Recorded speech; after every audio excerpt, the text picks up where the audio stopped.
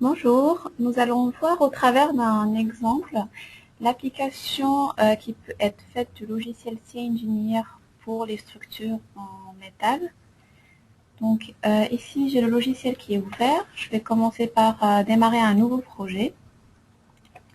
Donc le type analyse, puis je valide. À l'ouverture d'un nouveau projet, on a un menu qui apparaît en premier. Il s'agit du menu paramètres de projet, dans lequel je vais choisir le matériau ou les matériaux avec lesquels je veux travailler dans mon projet. Donc là, j'active le matériau acier. Puis je peux choisir la nuance d'acier que je veux utiliser par défaut dans mon projet. Ici, je peux indiquer quelques informations comme le nom du projet, la partie, une description et puis l'auteur, par exemple. Donc, il s'agit d'informations qui peuvent être affichées par la suite dans la note de calcul. Je peux également, à travers ce menu paramètres de projet, choisir la norme nationale selon laquelle je veux travailler. Donc là, je choisis les Eurocodes et puis j'ai le choix entre plusieurs annexes nationales et je peux, par exemple, prendre l'annexe nationale française. Je peux également choisir le type de structure que je veux modéliser. Donc ça peut être une structure 2D ou 3D. Donc ici, je vais travailler avec un portique 3D, donc dans un environnement XYZ. Je bascule ensuite dans l'onglet fonctionnalités, dans lequel on a regroupé un certain nombre de fonctionnalités avancées, donc qui ne seront disponibles au niveau de l'interface du logiciel que si vous venez à les activer au niveau de cet onglet-là. Donc si je veux faire par exemple un calcul dynamique ou non linéaire, il faut d'abord que je vienne l'activer ici. Donc pour mon projet, je vais activer la fonctionnalité modèle de structure, les plans d'ensemble automatique, les plans de détail des assemblages, et je vais également faire un exemple d'assemblage rigide, donc je vais activer ça aussi. Une fois que j'ai terminé, je peux valider et puis ça va charger l'interface du logiciel avec un nouveau projet vide. Donc ici, j'ai la fenêtre graphique 3D qui me permet de saisir le modèle en 3D.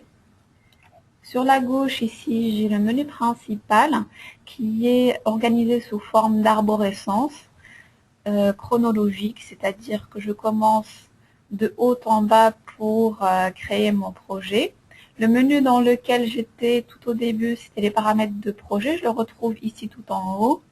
Et puis, pour modéliser, je vais aller dans le menu structure. Et par la suite, je pourrai aller dans les menus 4 charge combinaison pour charger ma structure. Et enfin, dans le menu calcul maillage pour lancer mon calcul. Après le calcul, j'aurai un nouveau menu qui va venir s'ajouter, qui est le menu des résultats, qui me permettra d'afficher les résultats. Donc, je vais commencer par créer ce qu'on appelle une grille 3D. C'est en fait une trame personnalisée qui me permettra d'avoir des points d'accroche pour modéliser rapidement et facilement ma structure. Donc là, j'indique les pas en X, par exemple 4 mètres que je vais répéter 2 fois. Et ensuite, je vais mettre 6 mètres en X. En Y, je vais prendre 5 mètres que je vais répéter 2 fois. Et en Z, je vais prendre 4 mètres que je répète également 2 fois. Donc je vois au fur et à mesure ma grille qui s'affiche. Et puis en validant, je vais venir l'insérer au niveau de ma fenêtre graphique.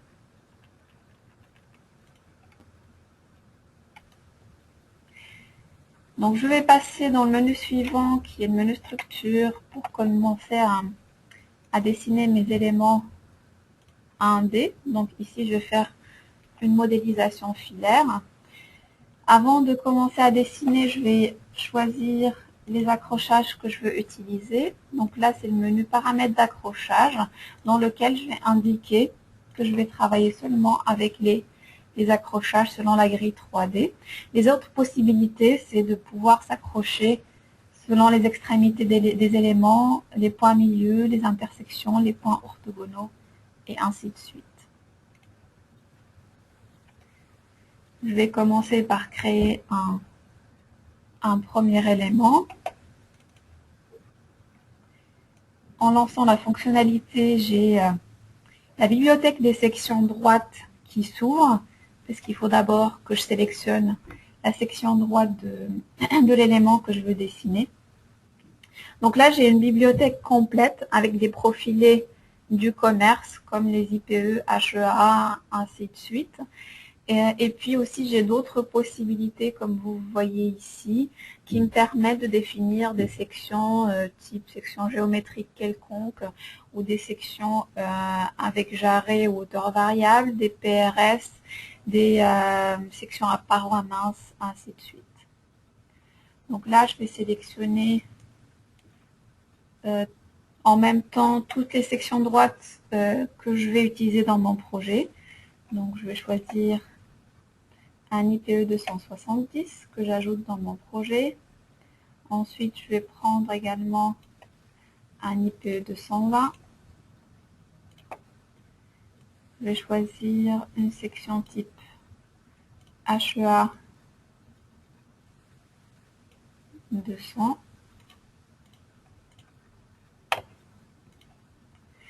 Et je vais prendre également un IPE 100.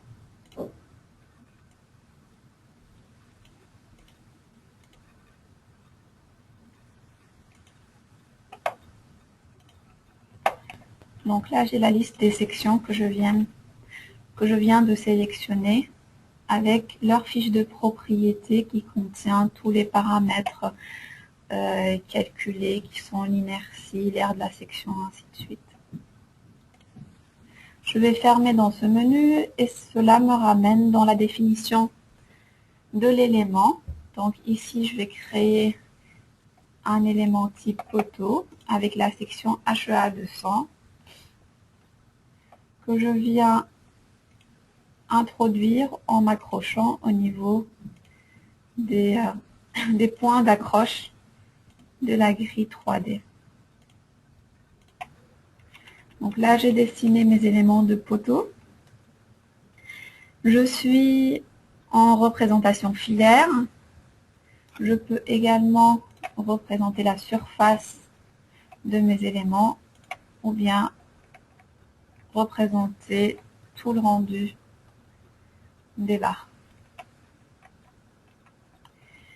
Je vais continuer en introduisant d'autres éléments, cette fois-ci de type poutre, en choisissant la section IPE 270.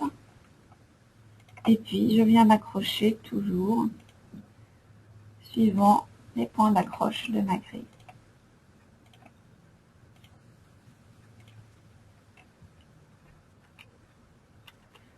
Je vais modifier le type d'affichage pour mettre une couleur par profil utilisé. C'est aussi une façon pour moi de vérifier que les sections que j'ai introduites sont bien correctes. Donc là, j'ai fait des poutres droites. À ce niveau-là, je vais faire un élément courbe. Donc je choisis toujours la fonctionnalité élément. Et puis là, je viens choisir le type arc de cercle. Donc les autres possibilités, c'est l'arc parabolique, la courbe Bézier ou la courbe type spline. L'autre possibilité aussi, c'est de sélectionner une ligne existante qui peut par exemple être importée d'un format DXF ou DWG. Donc je vais simplement déplacer mon repère pour le positionner ici. Et je vais me mettre dans le plan vertical, donc le plan XZ. Et là, je sélectionne l'arc de cercle, je m'accroche sur le premier point. Pour définir le rayon de courbure, je sélectionne un point de passage intermédiaire, donc en introduisant les coordonnées au niveau de cette ligne de commande. Et là, je vais mettre la coordonnée en X qui est 3 et en Z qui est de 1. Et puis je valide. Et je vais fermer mon arc en sélectionnant l'autre extrémité.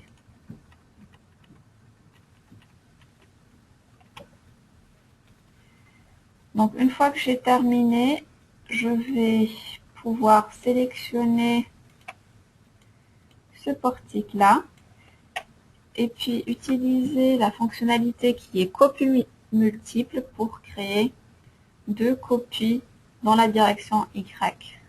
Donc là, je vais dans copie multiple, je vais créer 2 copies avec une entre-distance de 5 mètres en Y. Et je vais relier les nœuds que j'ai sélectionnés par de nouvelles barres. Comme ça, je vais générer en même temps les barres de liaison entre mon portique. Je choisis la section droite des barres de liaison, donc des IPE 220. Et puis, je valide. De la même manière, je vais sélectionner ce portique-là. Et je fais créer une seule copie, toujours en générant les barres de liaison entre portiques. Et là, je choisis l'IP220 encore une fois. À ce moment-là, je n'ai plus besoin de la grille, donc je peux simplement la cacher.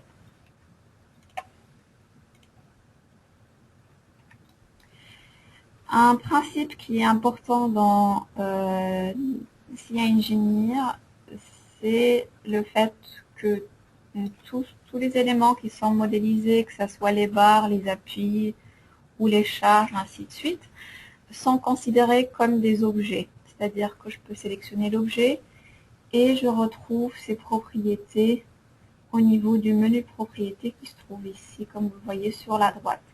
Donc quand j'ai sélectionné la barre, j'ai ces propriétés qui s'affichent, ce qui me permet de faire rapidement des modifications sur l'objet que j'ai sélectionné, comme ici par exemple, modifier la section droite utilisée. Je peux aussi intervenir sur les coordonnées des nœuds, qui sont aussi des objets. Donc je sélectionne par exemple ces 2 nœuds. Et puis je viens modifier leurs coordonnées. Je passe par exemple de 8 mètres à 7 mètres en Z. Ce qui modifie la hauteur également des poteaux liés à ces nœuds-là. Alors je vais introduire des pannes sur ces poutres. Donc toujours avec la fonction élément, je choisis des IPE 100 et puis je vais adapter les accrochages. J'enlève la grille 3D et je choisis l'accrochage type point sur ligne en divisant une barre par 4. Donc là je pourrais m'accrocher tous les 1/4 et je viens dessiner simplement mes pannes.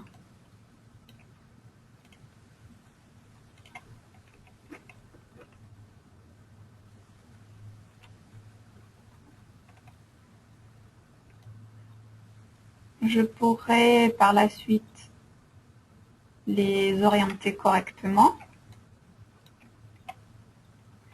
Donc je commence par orienter mon repère suivant cette barre-là. Donc je vois le repère qui suit maintenant cette poutre-là. Et ensuite, je vais indiquer au logiciel que ces poutres-ci vont suivre mon repère utilisateur via cette fonction-là. Donc si je regarde maintenant, j'ai donc bien mes pannes qui sont bien orientées. Par la suite, je peux choisir d'excentrer mes pannes soit pour le calcul ou bien simplement pour le dessin. Avant cela, il faut d'abord que je connecte ma structure. Donc je vais utiliser cette fonctionnalité qui est connecter les nœuds de la structure. Ça permet de calculer toutes les intersections entre les barres et créer les nœuds de liaison nécessaires. Donc si je reviens ici, je vais choisir une option d'excentricité seulement pour le dessin. Et là, je choisis dans le type panne sur porteur.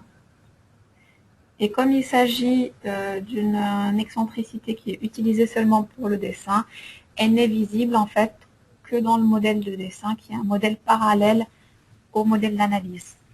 Et que je peux aussi générer via cette fonctionnalité qui est générer le modèle de structure.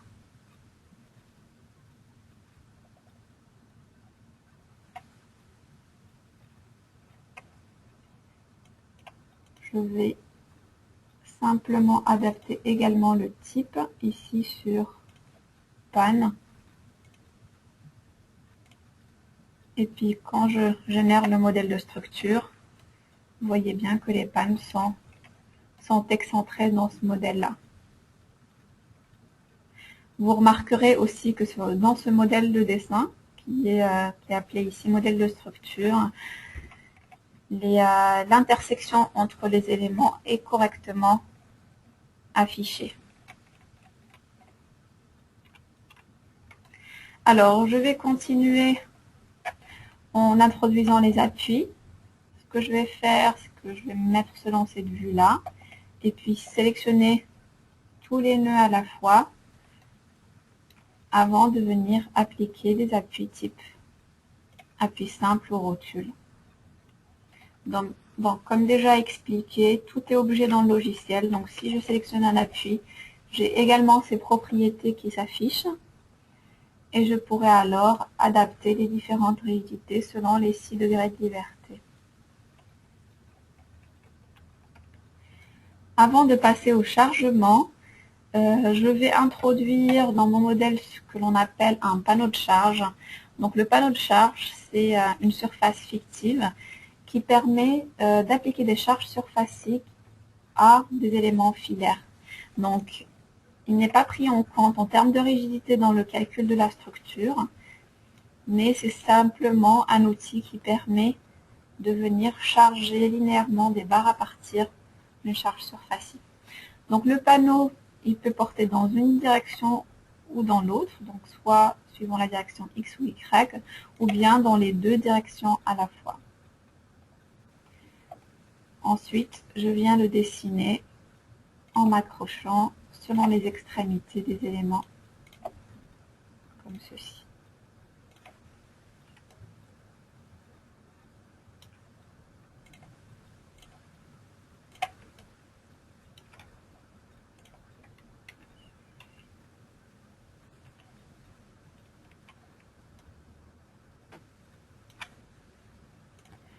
Donc,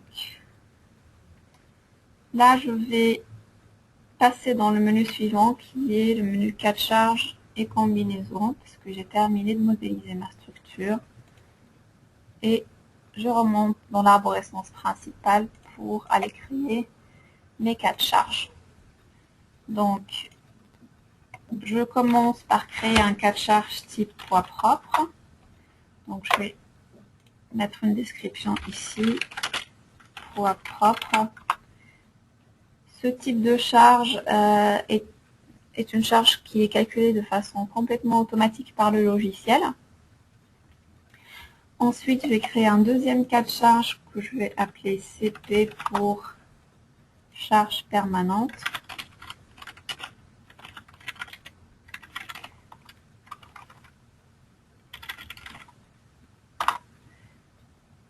Donc, c'est un type d'action permanent et je peux ainsi de suite créer autant de cas de charge que je le souhaite. Je vais simplement créer un autre qui est un cas de charge variable. Je vais l'appeler exploitation. Et là, je précise que c'est un type variable. Donc, en précisant qu'il s'agit d'un cas de charge permanent ou variable. Cela me permet d'indiquer au logiciel quel type de coefficient il devra utiliser par la suite dans la génération des combinaisons automatiques selon la norme que j'ai sélectionnée pour le projet. Donc, en fermant ce menu, je vais passer dans le menu charge pour venir introduire mon chargement. Donc, je vais aller ici dans le cas de charge permanent et je vais appliquer, par exemple, une charge surfacique sur mon plancher.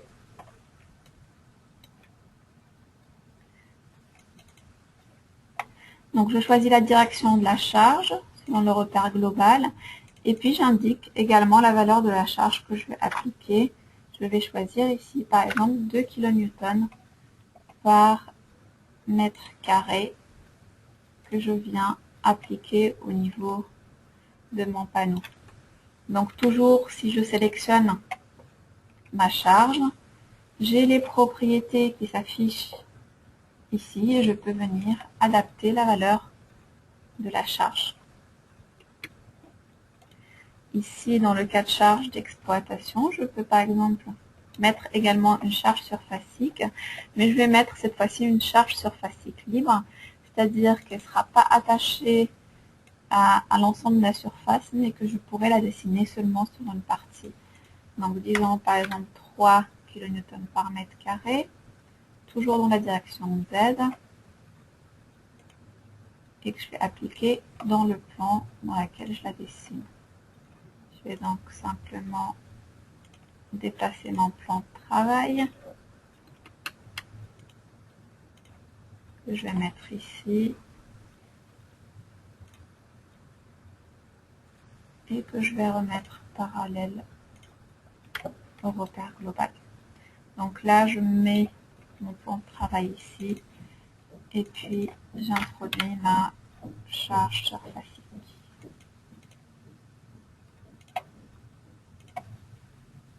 Donc comme j'ai expliqué, la charge surfacique, je pourrais alors la dessiner comme sur une région quelconque de ma surface.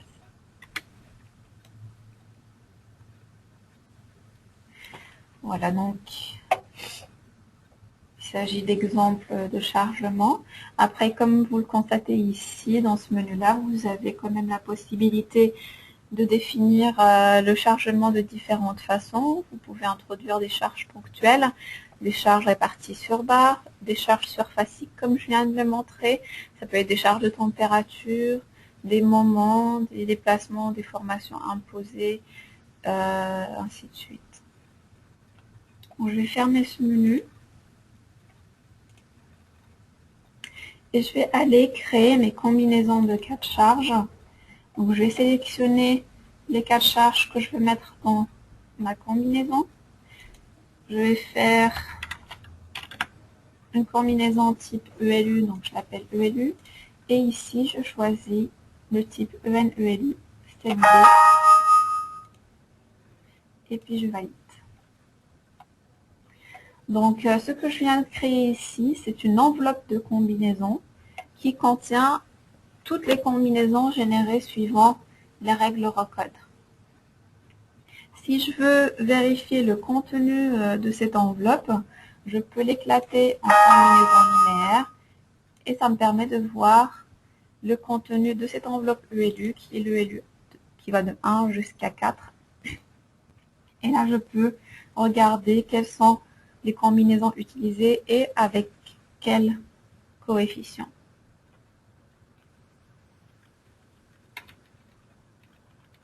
De la même manière, je peux également créer une combinaison type ELS qui sera une enveloppe de type EN-ELS caractéristique.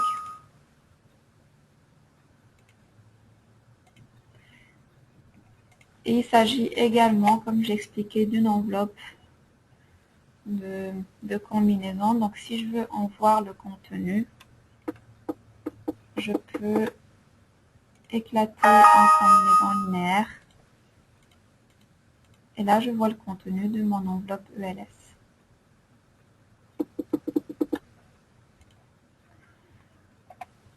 Donc, j'ai fait mes combinaisons. Je vais aller lancer un calcul pour afficher par la suite les résultats obtenus pour ce que je viens de modéliser. Donc, une fois le calcul terminé, j'ai cette fenêtre qui m'indique quelle est la valeur de translation maximale et la valeur de rotation maximale, en indiquant également quel est le nœud au niveau duquel on a trouvé ce résultat. Et puis, le logiciel va faire un contrôle sur la somme des charges appliquées et des réactions. Donc, dans ce cas-là, ceci est OK. Donc, je valide cette fenêtre. Et puis, j'obtiens un nouveau menu qui est le menu résultat. Donc, si je regarde également au niveau des charges,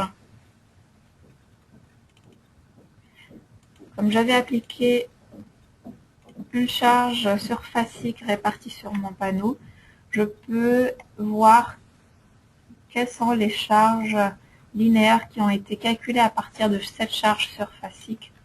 Donc je vois les charges ici qui sont appliquées avec leur valeur. Que ce soit dans ce cas de charge là ou bien dans l'autre cas de charge où j'avais mis une charge surfacique seulement sur une partie du panneau.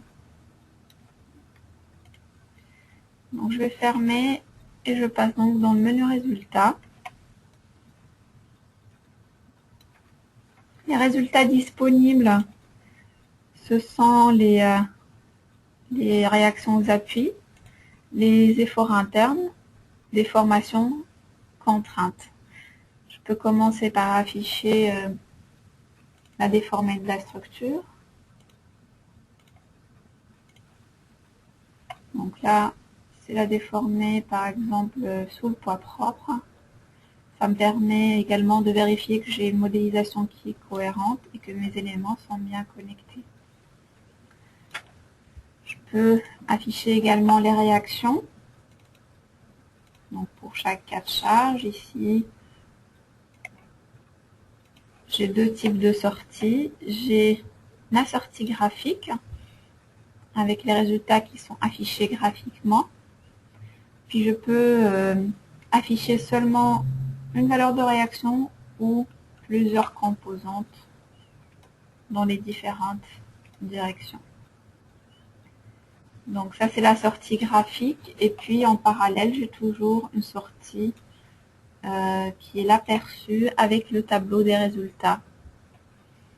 Donc je vais agrandir ceci un tout petit peu et là j'obtiens donc les résultats des différentes réactions pour chaque nœud ou chaque appui par rapport au cas de charge que j'ai sélectionné. Je peux également afficher mes résultats suivant seulement un appui que je sélectionne.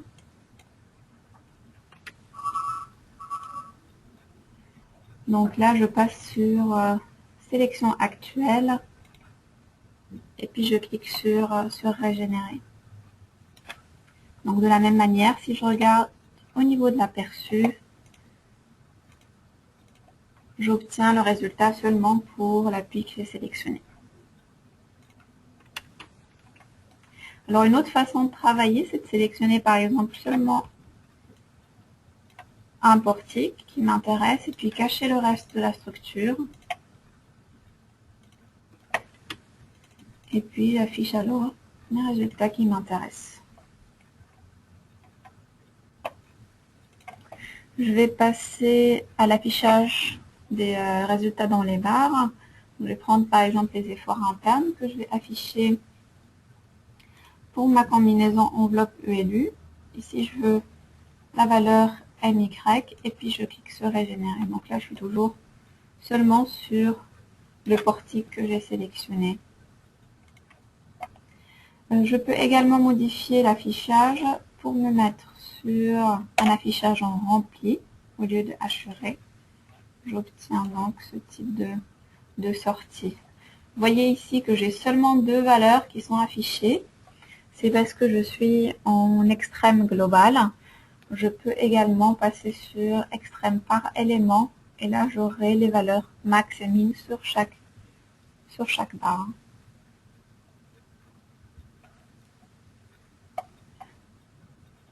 De la même manière, je peux afficher l'aperçu avec le tableau des résultats. Donc là, pour toutes les barres que j'ai sélectionnées, j'ai des différents efforts dans ces barres-là.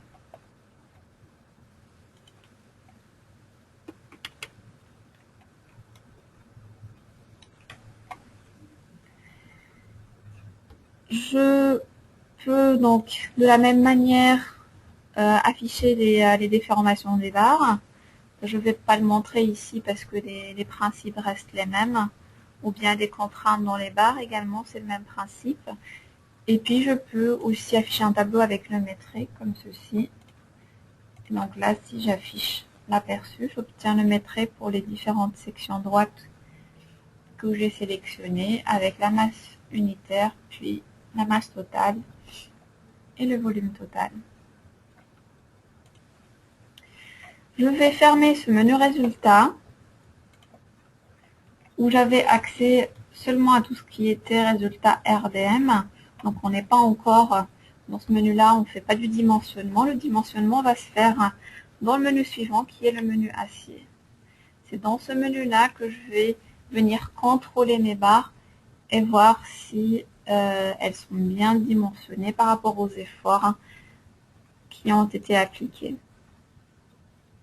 Donc dans le menu acier, je vais aller chercher le contrôle ELU, puis je lance le contrôle en choisissant la combinaison enveloppe ELU.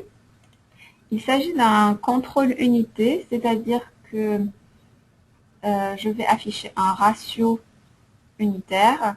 Si ce ratio il est inférieur à 1, c'est que mes barres sont bien dimensionnées. Par contre, si ce ratio est supérieur à 1, mes barres ne sont pas bien dimensionnées par rapport au chargement que j'ai mis dessus.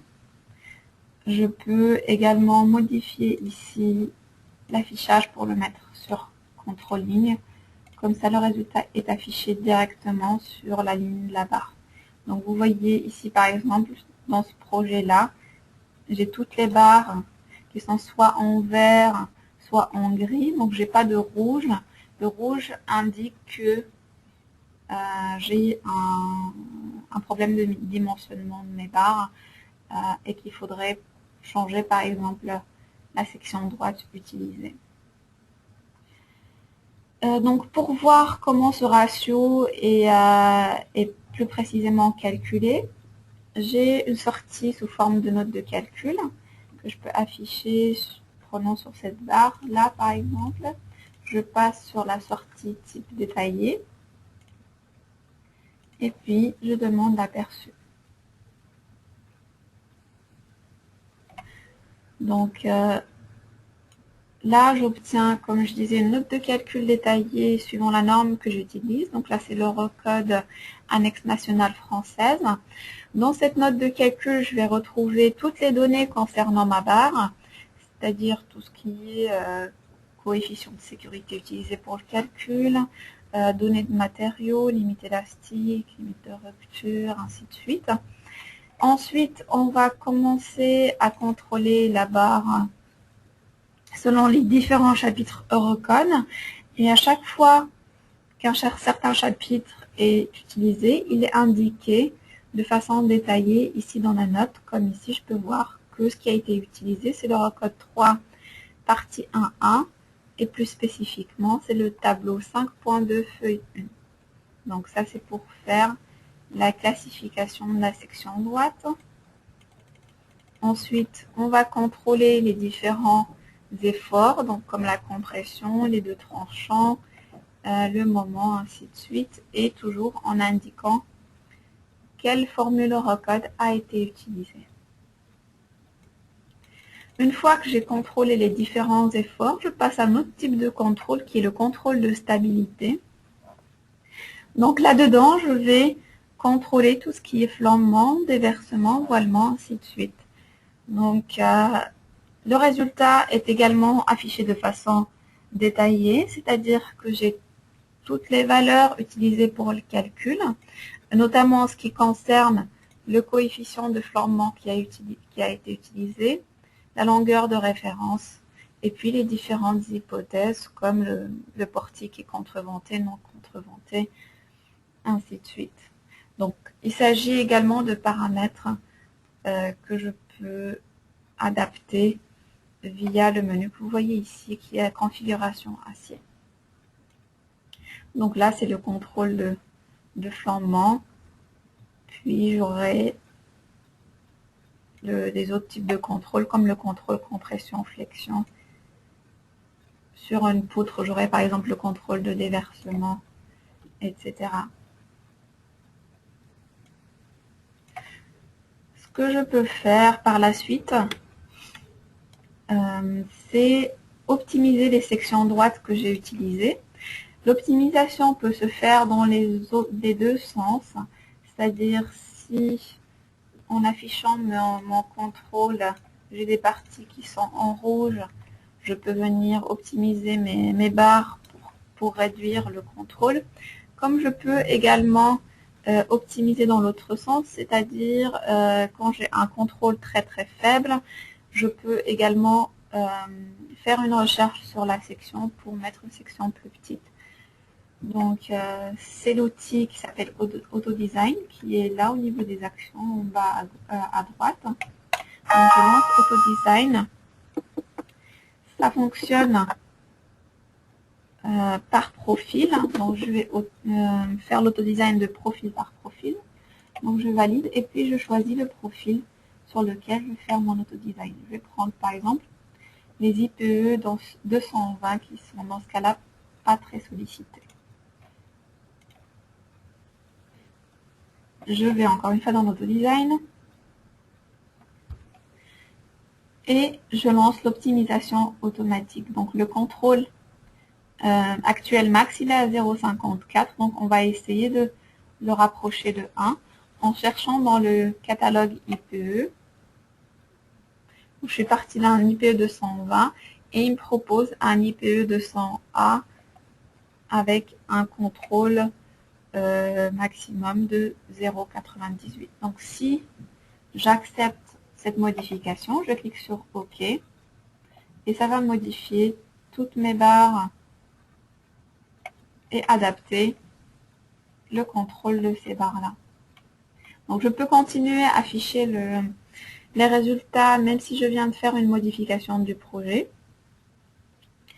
Par contre, si je demande l'aperçu, il sera bien indiqué que la structure doit être recalculée parce que j'ai fait une modification via l'autodesign.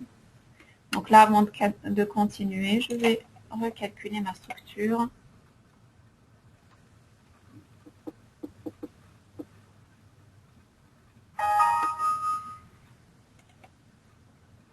Et puis, je pourrai alors réafficher mes résultats qui seront légèrement différents.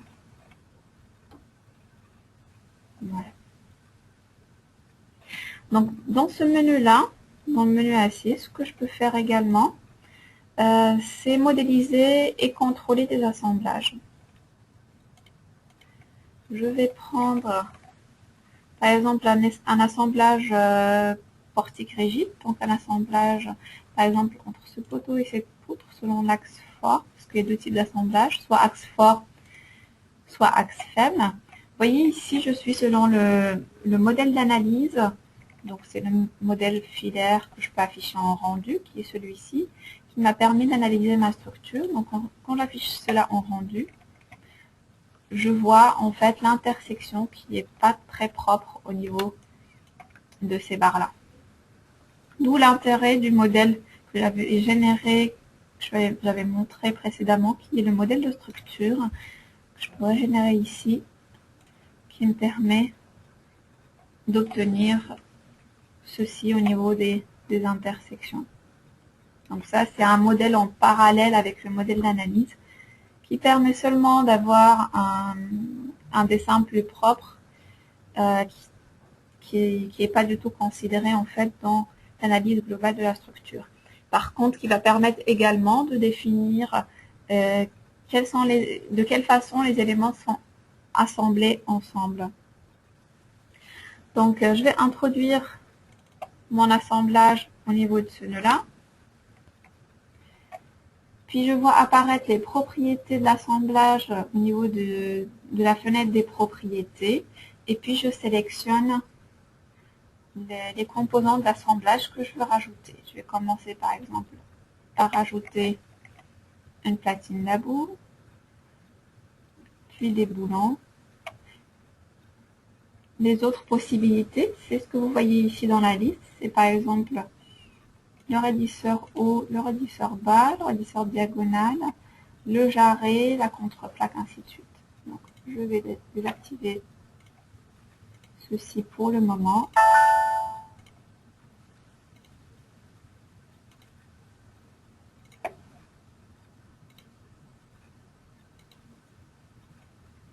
Et je vais garder seulement la platine d'about avec les boulons et je vais contrôler ça selon mon enveloppe ELU toujours.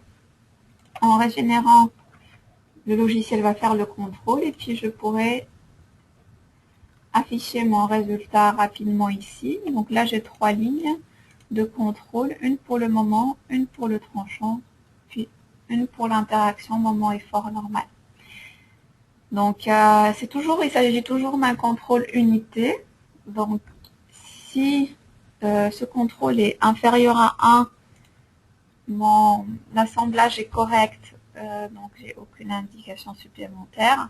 Par contre, si cette valeur est supérieure à 1, la ligne se met en rouge pour vous indiquer que le contrôle n'est pas satisfait. J'ai aussi des indications sur les parties limites de mon assemblage. Comme ici, partie limite en compression, âme du poteau en compression. Pour obtenir une note détaillée de cet assemblage-là, je vais passer sur sortie détaillée, puis je vais afficher l'aperçu pour obtenir une note de calcul, qui est en fait une note de calcul dans le même esprit que la note de calcul qu'on a vue pour les barres.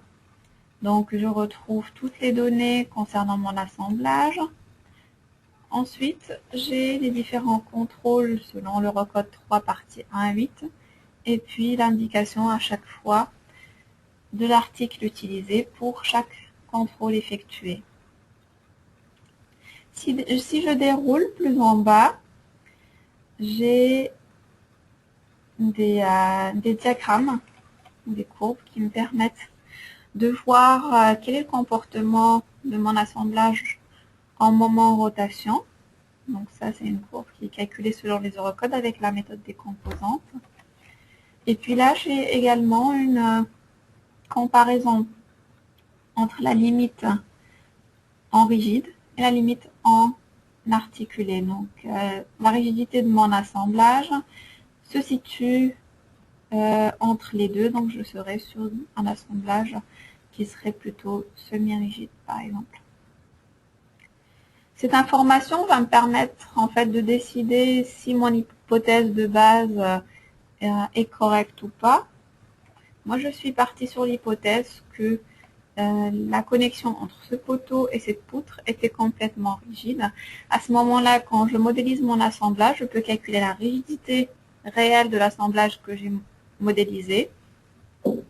Et je peux alors aller activer cette fonctionnalité qui est utiliser la rigidité pour pouvoir en fait injecter la rigidité réelle de l'assemblage telle que calculée ici dans ce menu dans l'analyse globale.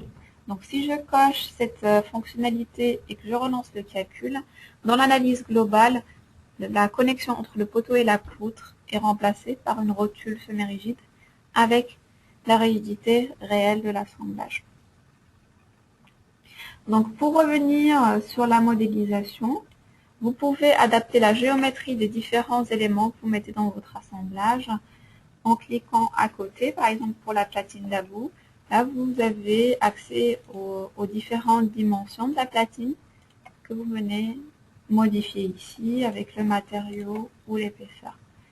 De la même manière pour les boulons, si je clique à côté, je peux choisir le diamètre du boulon que je vais utiliser. Par exemple, il y a également les boulons spécifiques à la norme française ou à la norme DIN. Je choisis mon diamètre et puis j'active les rangées de boulons que je choisis de mettre dans mon assemblage. Et puis je pourrai par la suite, comme je l'ai montré, venir voir les résultats liés à ce menu et voir le contrôle sur l'assemblage que j'ai modélisé.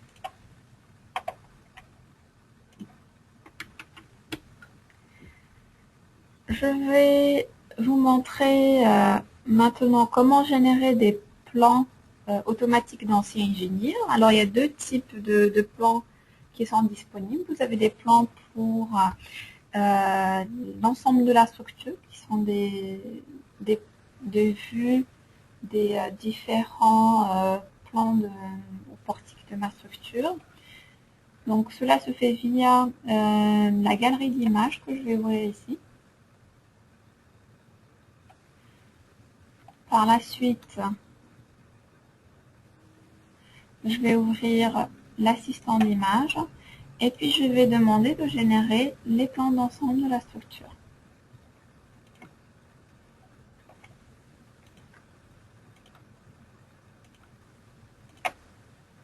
Donc là, les plans qui seront utilisés pour la génération des plans de détail de la structure, ce sont les plans de la grille 3D que j'avais utilisés au début de la modélisation. Donc, quand la génération est terminée, je pourrai fermer ceci et aller voir les images qui ont été générées. Donc là, je vois les différentes vues avec l'aperçu qu'il y a là. Et puis ces vues-là, je peux soit les modifier directement en ouvrant encore un éditeur graphique dans lequel je peux faire des modifications en rajoutant du texte, des codes, des lignes. Soit je peux simplement les exporter en les enregistrant comme ceci, sous un format DXF ou des WG ou soit un format image si je veux juste récupérer l'image. Donc si j'exporte en DXF ou des WG, je pourrais alors les récupérer dans un logiciel de dessin et puis les modifier dans un autre logiciel. Donc je disais qu'il y avait deux possibilités. Donc il y a les plans d'ensemble de la structure et puis il y a également les plans de détail des assemblages. Donc là je vais générer de la même manière les plans de détail des assemblages.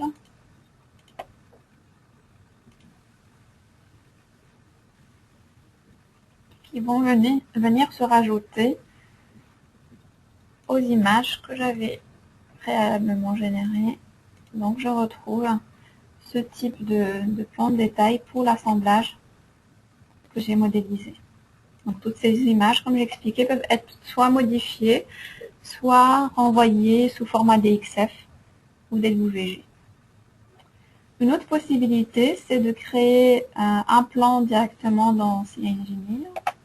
Donc je vais aller dans ce qu'on appelle l'espace papier. Je vais créer un nouveau plan. Et puis je vais venir insérer les images de la galerie que je viens de créer. Donc je peux sélectionner toutes les images ou seulement quelques-unes, ce qui m'intéresse. Je ferme et je viens les faire glisser dans mon plan. Donc là, par la suite, je pourrais les déplacer puis réorganiser mon plan. Je peux encore les modifier ou bien simplement aller modifier l'échelle dans les propriétés. Donc, je mets une échelle un peu plus petite par exemple. J'obtiens des simples grands. Et puis je réadapte et puis je déplace, ainsi de suite.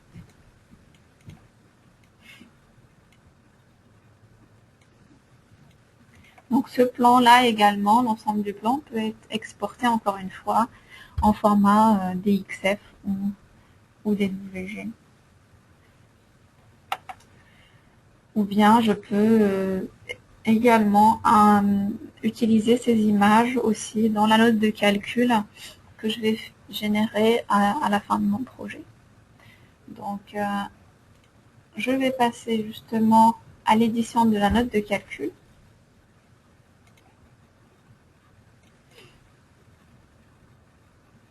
Donc je vais l'ouvrir ici.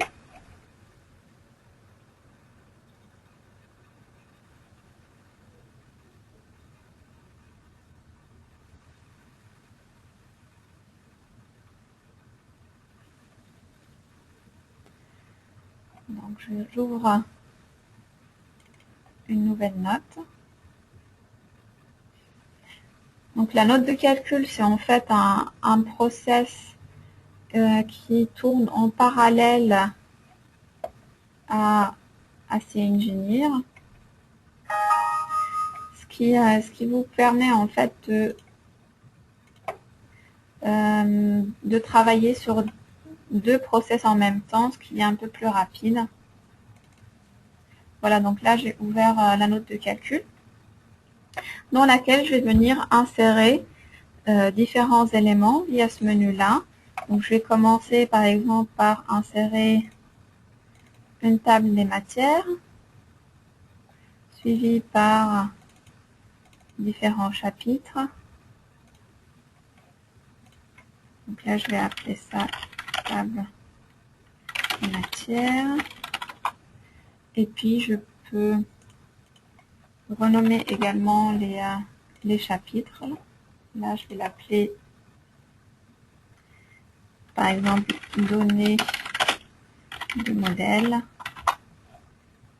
Là je vais l'appeler par exemple chargement. Là je vais l'appeler résultat, ainsi de suite. Je vais mettre un saut de page pour juste après la table des matières. Et puis sous chaque chapitre, je vais venir encore ajouter du contenu. Je vais sélectionner ici par exemple les matériaux utilisés dans mon projet, les profils utilisés. Donc au niveau de la numérotation, je suis sur 2, 3, 4, ainsi de suite, mais je peux également faire des sous-chapitres en passant ici ce chapitre en niveau inférieur. Comme ça, j'obtiens une meilleure numérotation. Donc je passe de 2, 2.1, 2.2, ainsi de suite. Rajouter par exemple la liste de mes cas de charge que j'imbrique également en la passant en niveau inférieur du chapitre chargement. Donc tout le contenu que je mets ici ne s'affiche qu'une fois que j'ai régénéré la note. Donc la régénération se fera alors au moment où je le demande moi-même et non automatiquement. Donc je vais juste rajouter également des résultats, prenant par exemple le tableau des efforts internes que je vais mettre ici. Et puis je vais régénérer les éléments de ma note. Donc pour le tableau des efforts internes, par exemple, c'est le même tableau que ce qu'on a vu tout à l'heure sur l'interface quand on avait affiché l'aperçu. Donc tous les éléments qu'on a vus en aperçu peuvent être intégrés de façon assez simple dans la note de calcul. Je peux également intégrer des images en repassant sur le logiciel et en faisant un clic droit sur la fenêtre graphique. Je peux aller dans Image Live vers la note de calcul. Puis, je vais l'insérer. Une fois insérée, je vais la retrouver ici dans ma note et puis je pourrai la replacer, la déplacer. Donc là, je vais simplement envoyer une image 3D de ma structure. Je pourrais également utiliser une image avec des résultats comme on avait vu. Donc, je vais prendre une image avec les efforts internes par exemple. Peut-être juste sur un portique, que ce soit plus clair.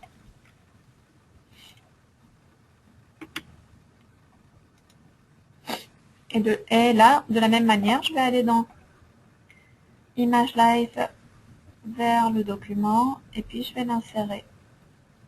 Et je vais la retrouver à ce moment-là dans mon document.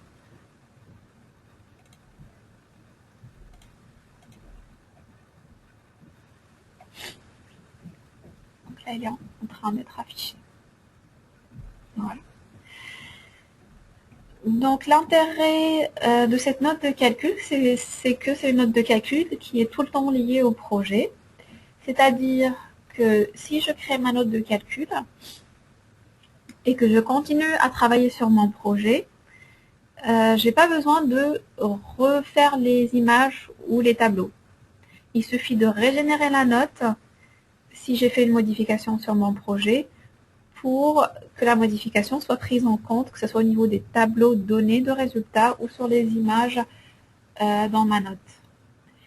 Donc, pour illustrer ça, prenons par exemple, je vais revenir sur le projet. Je vais faire une modification.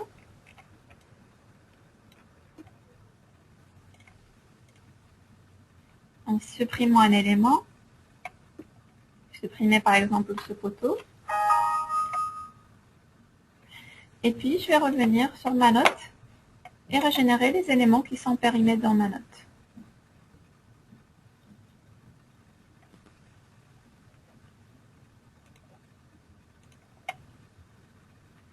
Donc là, après la régénération, comme vous allez voir, déjà tout ce qui est résultat ne va plus être affiché, parce que avant de réafficher les résultats, il faudrait que je relance un calcul. Par contre, tout ce qui est donné va être mis à jour. Donc là, par exemple, l'image, vous voyez que le poteau que j'ai supprimé a été aussi supprimé au niveau de l'image de ma note de calcul. Et puis, comme je disais, l'image avec les résultats ne contient plus de résultats. Et pareil, le tableau des efforts internes des barres n'est plus affiché. Donc, il faudrait relancer le calcul et puis régénérer la note de calcul. Une deuxième application à cela, c'est que vous pouvez créer une note de calcul type que vous sauvegardez et que vous pouvez réutiliser plusieurs fois avec plusieurs projets différents. Comme la note de calcul est liée au contenu du projet, si vous utilisez un modèle de note de calcul prédéfini, tout se remet à jour par rapport au contenu du projet. Parce que ce que l'on va enregistrer dans la note de calcul, ce n'est pas les tableaux que vous voyez ici, mais c'est seulement la description qui se trouve ici au niveau du navigateur. Et donc cette même note de calcul peut être réutilisée à volonté dans n'importe quel autre projet. Donc, ce que vous pouvez faire également, c'est modifier les styles utilisés. Donc ici, vous avez l'option style qui vous permet d'éditer le style de votre note de calcul. Donc, en agissant sur les couleurs, les polices, en mettant le texte en gras, italique, ainsi de suite. Donc ça, c'est également des styles que vous pouvez définir et puis enregistrer pour les utiliser dans différents projets ou dans différentes notes, ou les enregistrer directement avec un modèle de notes que vous réutilisez dans plusieurs projets également. Vous pouvez insérer également l'entête et le pied de page. Donc ici, je peux réutiliser en fait ce que j'avais défini dans le projet partie auteur, dans l'entête, qui est aussi modifiable, que je peux éditer en modifiant les couleurs, la taille du texte, ainsi de suite. Vous pouvez insérer des images autres que des images de la structure que vous avez modélisé dans CEngineer. Ça peut être des formats DXF ou des WG que vous insérez directement ou des formats d'images autres. Comme ça peut être simplement une capture d'écran d'un document ou de n'importe quelle données que vous avez. Donc si je vais là par exemple et que je fais une capture d'écran, je veux récupérer ça par exemple dans ma note de calcul, je vais venir donc juste coller la capture d'écran que j'ai faite et je vais la retrouver directement dans ma note de calcul.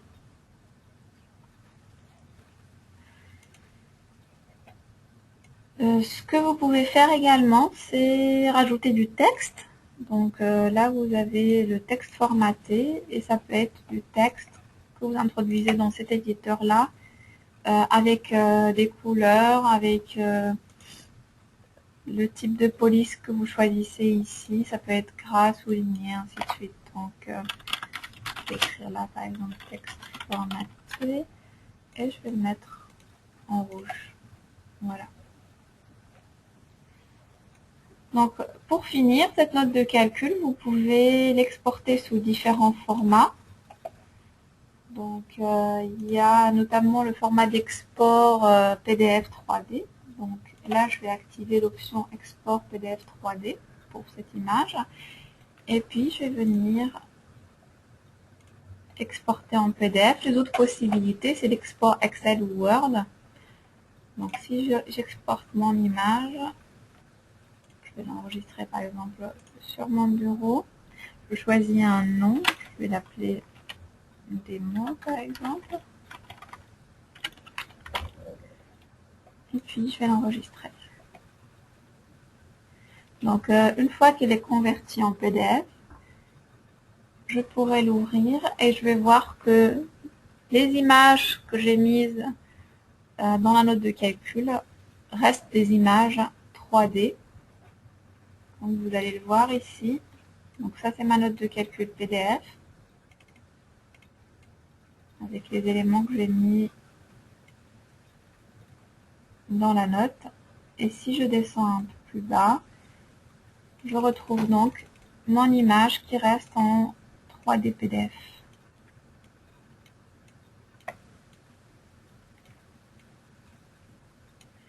Ça veut dire que je peux encore la faire tourner. Je peux zoomer, dézoomer dans mon image.